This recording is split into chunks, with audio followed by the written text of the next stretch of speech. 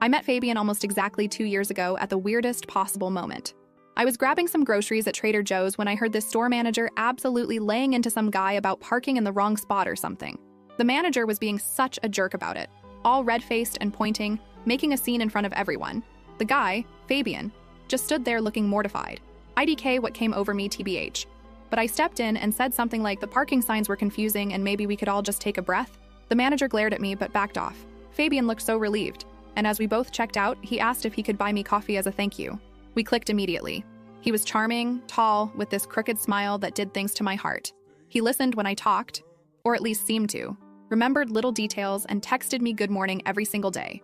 By our third date, I was already falling hard. My parents, especially my dad, were always super supportive of me.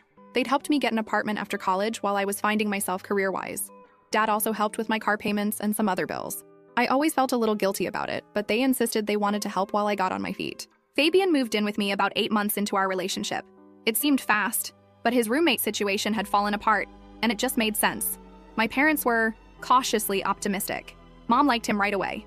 Dad took longer to warm up, but eventually he seemed to accept Fabian. They even played golf together a few times, which was Dad's ultimate seal of approval.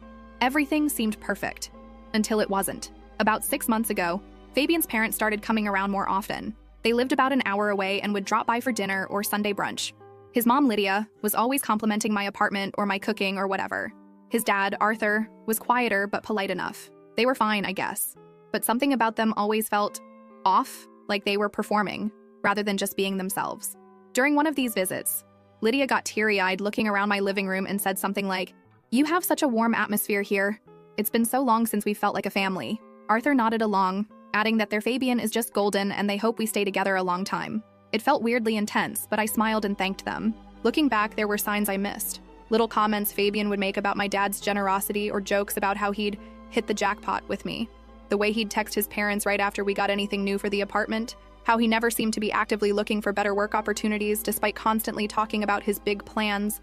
I started noticing patterns.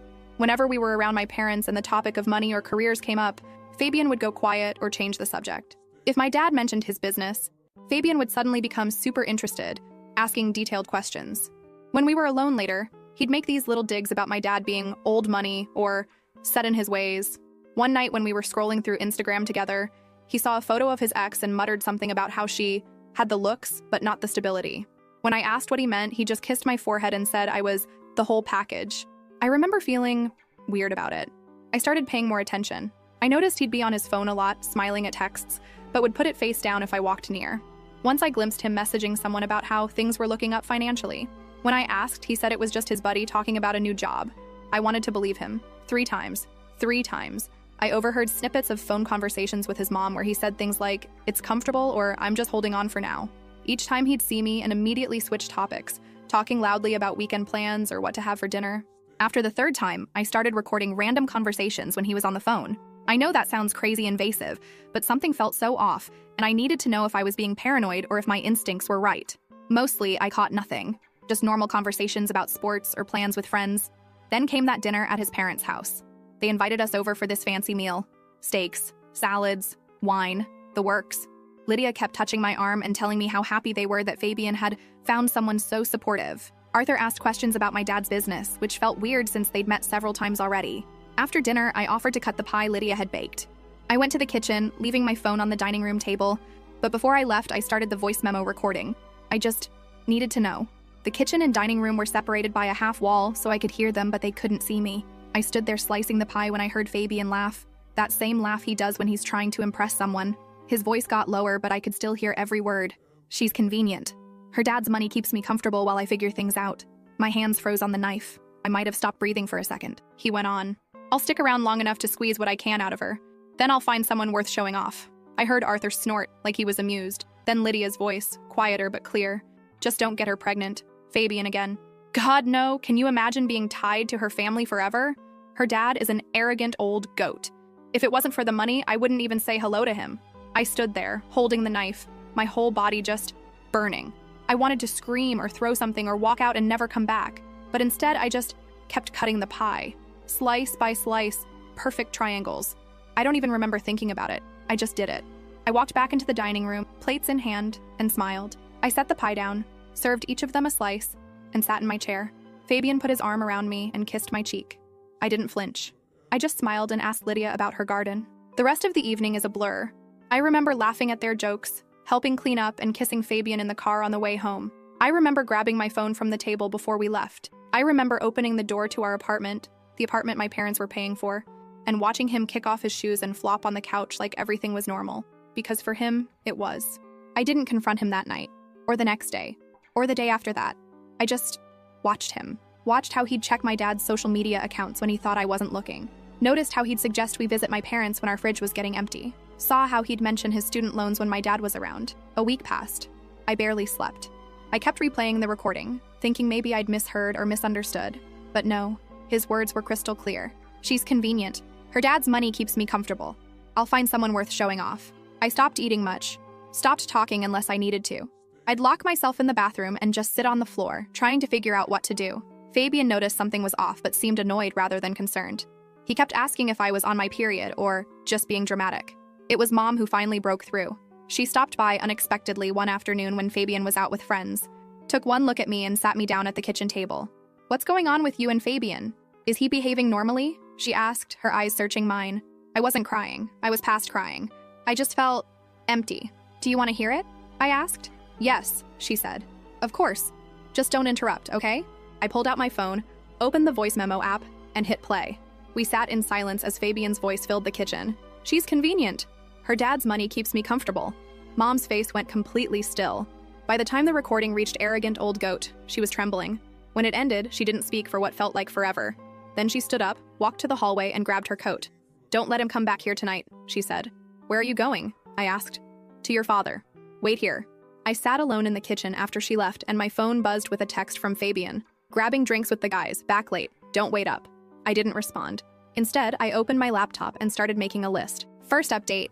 OMG. Thank you all SM for the supportive comments on my last post. Wasn't expecting this to blow up like it did. Some of you asked for updates, so here's what happened after my parents showed up. I've never seen my dad that quiet before. He's usually the type to fill silences, telling dad jokes, asking questions, making small talk. But when he walked through my door that night, he just nodded at me. Mom was right behind him, her hand on his back like she was steadying him. Mom told him I had something he needed to hear. I felt my stomach twist as I pulled out my phone again. Part of me wanted to chicken out, to say never mind and pretend everything was fine, because playing that recording meant things would change forever. But I hit play anyway. Watching my dad listen to Fabian's voice was, I don't even know how to describe it. At first, his face didn't change at all. He just stared at my phone on the table, listening to Fabian laugh about how I was convenient. When Fabian called him an arrogant old goat, I saw something flicker in his eyes. Dad didn't explode like I thought he might. He just sat there for a long moment after the recording ended. Then he reached across the table and took my hand. He asked if I was okay. Not what I was going to do or how this happened, but if I was okay. I wasn't expecting that question to Paige. I'd been so focused on the betrayal and what to do next that I hadn't really thought about whether I was okay. And the answer was, no, I wasn't. I started crying then, really crying for the first time since I'd heard the recording. Dad squeezed my hand and just let me cry. Mom made tea, which is her solution to everything. When I finally calmed down, Dad asked when the recording was from. I told him it had been a week. He nodded like that made sense. Then he asked where Fabian was now. I checked my phone. 3 more texts from him. Getting another round. Mike says hi. Don't wait up, babe. So normal. So oblivious. I told Dad Fabian was out drinking with friends and wouldn't be back for hours. That's when Dad's demeanor changed. He straightened up in his chair and asked if I had my laptop. I grabbed it from the couch where I'd left it open with my what-to-do list. He glanced at it and actually smiled a little. Turns out we'd been thinking along the same lines. We spent the next 2 hours making a plan. Concrete steps, not just angry reactions. Dad was methodical, making his own list in the Notes app on his phone. It was weird. I expected rage, but instead got this calm, focused problem-solving that was somehow more intense than any shouting would have been. First on the list, the apartment. Dad had co-signed the lease and was paying the rent. He called the property management company right there at my table. He explained he needed to terminate the current lease and sign a new one in just my name. The leasing agent tried to explain that there would be fees and paperwork, but Dad cut her off. "I'll pay whatever fees are necessary," he told her. "I need this done immediately." When she hesitated, he added that he could come to the office first thing tomorrow morning if that would help speed things up. Suddenly, she was much more accommodating. Next, the car. Fabian had been driving my car that Dad was helping pay for. Dad made another call, this time to our insurance agent. He removed Fabian from my policy, effective immediately. Then he logged into his Progressive app and changed the payment information so it would come from my account instead of his. He'd still help me with the cost, he explained, but the account needed to be fully in my name. While Dad worked on the financial stuff, Mom helped me make a list of everything in the apartment that belonged to Fabian. It wasn't much. Some clothes, his gaming setup, toiletries. Most of the furniture and kitchenware were mine, or things we'd bought together with money from my parents. I remembered something else. Fabian's sister, Catalina, worked for my dad's company. She'd been hired about 6 months ago, right after Fabian had casually mentioned to my dad that his sister was looking for a new opportunity. Dad had interviewed her as a favor to me and given her a position. I hesitated to bring it up. It felt petty somehow, but Mom noticed me typing and deleting something on my laptop. When I finally told them about Catalina, Dad's expression hardened. He picked up his phone again. Dad didn't fire her on the spot. He's not that kind of person. But he did send an email to HR asking them to review Catalina's position as part of an upcoming restructuring. He made it clear that while she shouldn't be fired without cause, her position should be considered non-essential if cuts needed to be made. It sounds cold when I write it out like that, but TBH, Catalina had been riding on her connection to me and Dad. She was constantly late, took extra long lunches, and was mediocre at her job at best. The only reason she hadn't been put on a performance plan already was because of Fabian. Around midnight, we moved on to the last item, the confrontation. Dad wanted to call Fabian's parents right then, but Mom suggested we wait until morning. I agreed. I was exhausted, and we all needed to be clear-headed for that conversation. Dad reluctantly agreed, but insisted on staying the night. Mom went home to get them overnight bags, while Dad helped me change the locks. Thankfully, our building has those electronic keypad locks, so all we had to do was reset the code through the apartment's app. I felt a weight lift as we deleted Fabian's access. I slept on the couch that night, giving my parents the bedroom. I didn't want to sleep in the bed Fabian and I had shared. Around 3 a.m., my phone started blowing up with texts. Dark code isn't working. Eleanor, WTF. Are you serious right now? Let me in, it's fucking freezing. Eleanor, answer your phone. I put my phone on silent and turned it face down on the coffee table. For the first time in a week, I slept deeply. In the morning, Dad made pancakes like it was just another Saturday. We ate at the kitchen table, checking our phones and making small talk about the weather. It felt surreal, like we were play acting at normalcy. Fabian had finally stopped texting around 5 a.m. My guess was he crashed at a friend's place. Around 10, Dad said it was time to call Fabian's parents. I felt my stomach clench again. Mom squeezed my shoulder and reminded me that I hadn't done anything wrong. I wasn't the one who needed to feel ashamed. Dad set up his phone for a FaceTime call. After 3 rings, Lydia's face appeared on screen. She looked confused at first, then forced a bright smile when she recognized us. I could see Arthur in the background, reading a newspaper. Lydia's hello was cheerful until she saw our expressions. She called Arthur over, her smile faltering. He joined her on screen, frowning slightly. Dad didn't waste time with pleasantries. He simply asked if they wanted to hear something interesting, then played the recording. Watching their faces change as they listened to their own voices was something else. Lydia's hand flew to her mouth. Arthur's frown deepened. Neither of them looked surprised by what Fabian was saying, only that they had been caught saying it. When the recording ended, Lydia immediately started making excuses. It was just talk, she insisted. Fabian didn't mean any of it. They were just joking around. Arthur tried to look stern and disappointed, like he was also hearing this for the first time. Dad let them ramble for about 30 seconds before he cut them off. He laid out exactly what was happening. Fabian was being removed from the apartment lease. His access to my car was revoked. All financial support was ending immediately. Catalina's position at the company was under review. Lydia's face crumpled. She turned to me all teary-eyed, begging me to reconsider. Didn't I know how much Fabian loved me? Weren't we planning a future together? Everyone says things they don't mean sometimes. I just stared back at her. The woman who had smiled to my face while laughing behind my back, who had told her son not to get me pregnant because it would tie him to my family, who had sat at my table and eaten my food while thinking I wasn't good enough for her son. Mom leaned into the frame then. She told Lydia to close her mouth. No one was smiling now, she said. Goodbye. Dad ended the call before they could respond. The 3 of us sat in silence for a moment. Then Dad's phone buzzed with a text. From Fabian. Where was I? Why couldn't he get into the apartment? What the hell was going on? Dad typed out a response, showed it to me for approval, then sent it. Eleanor knows everything. Your things will be packed and left with the building manager. Don't contact her again. We spent the next few hours packing up Fabian's stuff. It was strange handling his things, knowing what I knew now. His favorite hoodie that I used to sleep in when he was away. The coffee mug I'd bought him for Christmas. The framed photo of us from last summer's beach trip. All of it felt contaminated somehow. Mom and I had just finished taping up the last box when we heard shouting from outside. I looked out my second-floor window to see Fabian on the front steps of the building, buzzing my apartment over and over. He looked like hell. Rumpled clothes, messy hair, red-faced with anger or alcohol or both. Dad went to the window and looked down. When Fabian spotted him, he started yelling louder. What right did Dad have to lock him out? This was his home too. Dad just shook his head and closed the blinds.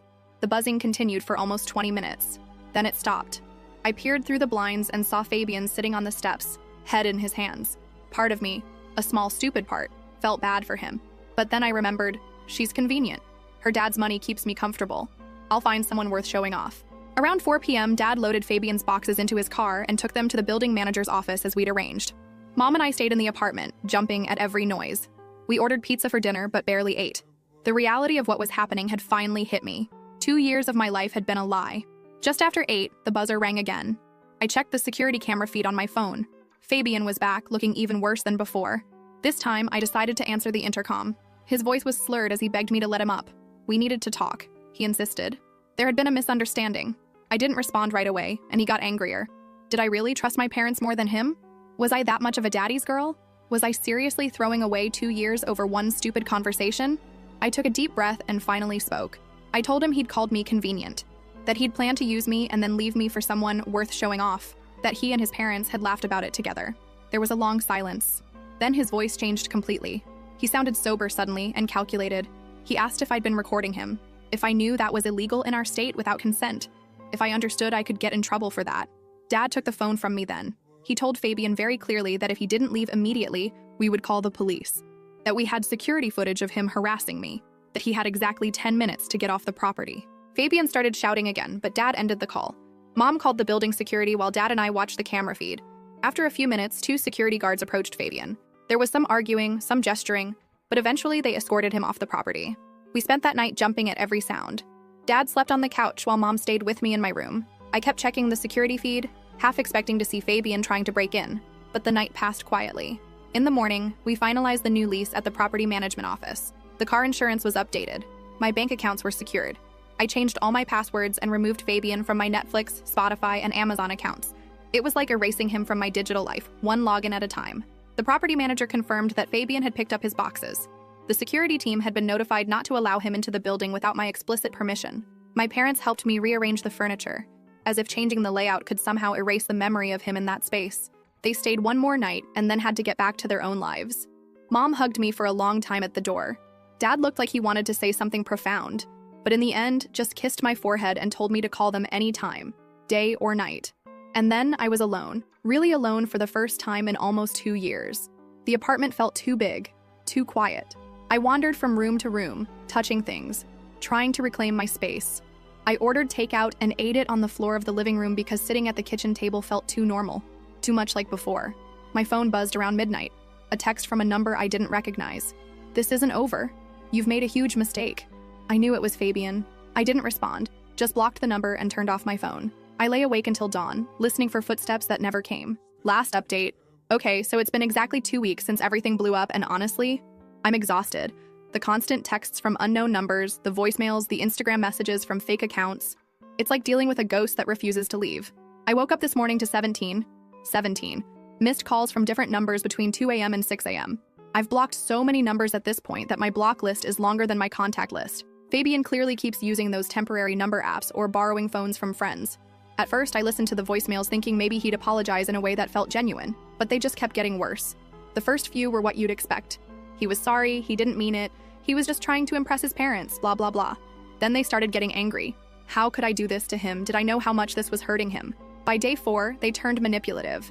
Remember that time I took care of you when you had the flu? Remember our trip to the beach? Now they bounce between threatening and pathetically sad. Yesterday's gem. I've ruined his life. His sister lost her job because of me.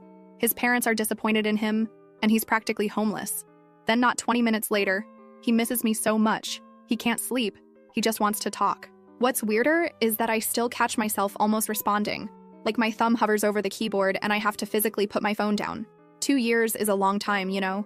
There are moments when I miss the person I thought he was before I knew the truth. But then I play the recording again. Her dad's money keeps me comfortable. I'll find someone worth showing off. Just don't get her pregnant. My friend Julia came over yesterday. She's been checking on me every couple days, which I appreciate more than I can say. We were scrolling through TikTok on my couch when my phone buzzed with a text from another unknown number.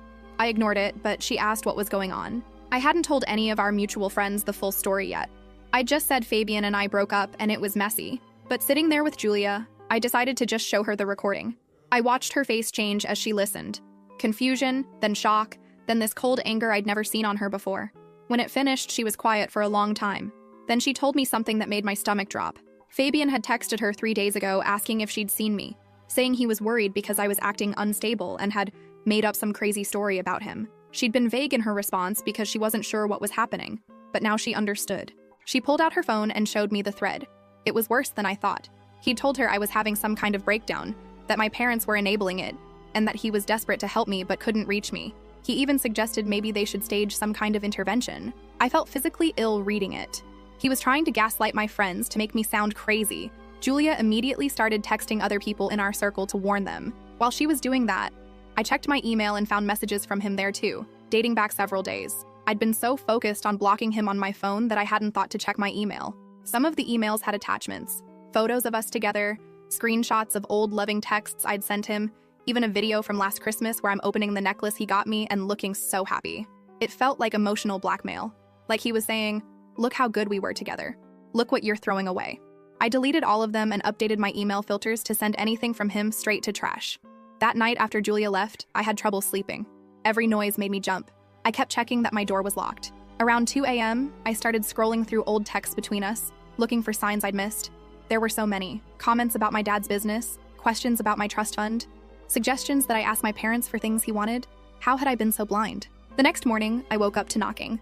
Not on my apartment door, but on my neighbor's. I peeked through my peephole and saw Fabian standing there, looking surprisingly put together in a button-down shirt I'd bought him for his birthday. He was holding coffee and a bag from that bakery I love. My neighbor Orlando opened his door, looking confused. I couldn't hear everything, but Fabian was saying something about surprising me, that he'd forgotten his key. Thankfully, Orlando is suspicious by nature. He asked why Fabian didn't just call me. I heard Fabian stammer something about wanting it to be a surprise. Orlando said he'd check with me first and closed his door. A minute later, my phone buzzed with a text from Orlando asking if he should let some guy named Fabian in. I texted back a quick, "Absolutely not," with a brief explanation that we'd broken up and he wasn't welcome. Orlando replied with a thumbs up. I watched through the peephole as Orlando went back out and firmly told Fabian I didn't want to see him. Fabian's face changed. That fake, pleasant smile dropped instantly. He tried to argue, his voice getting louder. Orlando, who's like 6'4" and works out religiously, just crossed his arms and stared down at Fabian until he finally gave up and left. I texted Orlando a thank you with about 15 exclamation points. He responded that Fabian gave him bad vibes and to let him know if I needed anything. Note to self, bake Orlando some cookies as a proper thank you. That afternoon, I was on a Zoom call for work when my buzzer rang. The building has a camera system, so I checked the feed on my phone. It was Lydia, Fabian's mom, standing there with what looked like a gift basket. I ignored it. 5 minutes later, it rang again, and again, and again. Eventually, I pressed the talk button and asked what she wanted. She sounded sickeningly sweet as she said she just wanted to talk, woman to woman, that there had been a terrible misunderstanding, that Fabian was devastated. Couldn't I give him a chance to explain? I told her that I'd heard everything I needed to hear on that recording. She immediately switched tactics, her voice hardening as she asked if I understood that recording people without consent was illegal in our state, that they could press charges if they wanted to. I almost laughed. I told her to go ahead and try. The recording was made in their house during a dinner they had invited me to. I hadn't shared it publicly or used it for blackmail. I'd simply played it for my parents and a couple close friends to explain why I was ending the relationship. Then I hung up and watched through the security feed as she stood there for another 10 minutes before finally leaving the gift basket by the door and walking away. The building manager texted me later to say they'd removed an abandoned package from my doorway. I thanked them and asked them to throw it away. That evening, my dad called to check in. He tries to sound casual, but I can tell he's worried. He mentioned that Fabian had shown up at his office that day, asking to speak with him. Security had escorted him out, but not before he made a scene in the lobby, shouting that my dad had ruined his life and turned me against him. I felt terrible. This was affecting my dad's business now. But he assured me it wasn't a big deal, that security had handled it, and that I shouldn't worry. Still, I could hear the tension in his voice. This was escalating in ways none of us had expected. The next day, Saturday, I decided to get out of the apartment. I'd been basically hiding inside for days, and I needed fresh air. I went to this little coffee shop about 3 blocks away, found a corner table, and just sat with my book, trying to feel normal for an hour. I was halfway through my latte when I got that feeling. You know the one? Where you just know someone's watching you? I looked up and saw Catalina, Fabian's sister, standing by the counter staring at me. Our eyes met, and for a second I thought she might come over and make a scene. Instead, she just gave me this cold look and walked out. I stayed another 15 minutes, but my hands were shaking so badly I couldn't focus on my book. When I finally left, I took a different route home, constantly looking over my shoulder. It felt ridiculous, like I was the wronged party here. but I still felt like I was the one who had to hide. When I got back to my apartment, my mom was waiting in the lobby. She'd brought groceries and dinner, saying she just wanted to check on me in person. We spent the evening watching Netflix and not talking about Fabian, which was exactly what I needed. She stayed over, sleeping on the couch. Around midnight, my phone started blowing up again. More unknown numbers. More texts varying between apologetic and angry. I silenced it and tried to sleep. In the morning, Mom and I were having coffee when someone started pounding on my door. Not knocking, pounding, like they were trying to break it down. I checked the peephole and saw Fabian, looking disheveled and angry. He was shouting my name, demanding I open the door, saying he knew I was in there. My mom immediately called building security while I stood frozen, watching him through the peephole. He started kicking the door, each thud making me jump. I found my voice and told him to leave, that security was on the way. He laughed, actually laughed, and said he just wanted to talk, that if I'd just listened to him for 5 minutes, he could explain everything. I asked what there was to explain. Did he deny saying those things? There was a pause, then more pounding. He wasn't denying it. He was just angry he'd been caught. Security arrived a few minutes later, 2 guys who looked like they'd rather be anywhere else. I could hear them telling Fabian he needed to leave. There was some scuffling in the hallway, raised voices. My mom and I stood in the kitchen, not speaking, just listening. Finally, it went quiet. My phone buzzed with a text from the security team saying they'd removed him from the building and called the police because he'd become physical. Apparently, he'd shoved one of the guards when they tried to escort him out. Mom and I just looked at each other. This was getting dangerous. She suggested I come stay with them for a while, but that felt like letting him win somehow. This was my home. I didn't want to be chased out of it. Instead, I finally did what I should have done days ago. I filed for a restraining order. The process was surprisingly straightforward. I had the recording, security footage of multiple incidents, text messages, emails, and witnesses. Mom stayed another night, and Dad came over the next day to install one of those Ring doorbell cameras as extra security. They were worried, and honestly, so was I. This wasn't the Fabian I thought I knew. Or maybe it was, and I just hadn't seen it before. 4 days passed quietly. No texts, no calls, no unexpected visitors. I started to relax a little, to feel like maybe it was over. I went to work, stopped at the grocery store on the way home. Normal, everyday things. I even went to dinner with Julia and some other friends, though I was careful not to post anything on social media about where we were going. Then yesterday, I came home to find a manila envelope that had been slipped under my door. No name, no address, just a blank envelope. Inside was a handwritten letter from Fabian, 12 pages long, detailing everything he claimed to love about me, every memory he cherished, every plan he'd had for our future. The last page was different. The handwriting got messier, more aggressive. He wrote that if he couldn't have me, he'd make sure no one would want me, that he had videos of me that would be embarrassing if they got out, that he knew things about my dad's business that could cause problems. I felt sick reading it. There were no compromising videos, we'd never made any, but the threat itself was violating. And whatever he thought he knew about my dad's business was probably either made up or misunderstood. Still, the fact that he'd resort to threats. I called my dad, then the police. They took the letter as evidence of a restraining order violation. The officer who came seemed bored, like this was routine, but she dutifully took my statement and said they'd look into it. I wasn't confident much would happen. Around 3 a.m., I heard a noise from my balcony. My apartment is on the 2nd floor and the balcony connects to a fire escape. I froze, listening. Another sound, like someone testing the sliding door. I called 911 whispering into the phone. The dispatcher told me to lock myself in the bathroom while officers responded. I grabbed my phone and keys and did as she said, heart pounding so hard I could feel it in my throat. Through the bathroom door, I heard my sliding door open, footsteps in my living room, someone calling my name softly, Fabian. I don't remember much of what happened next. The police arrived quickly. I heard shouting, a crash like furniture being knocked over.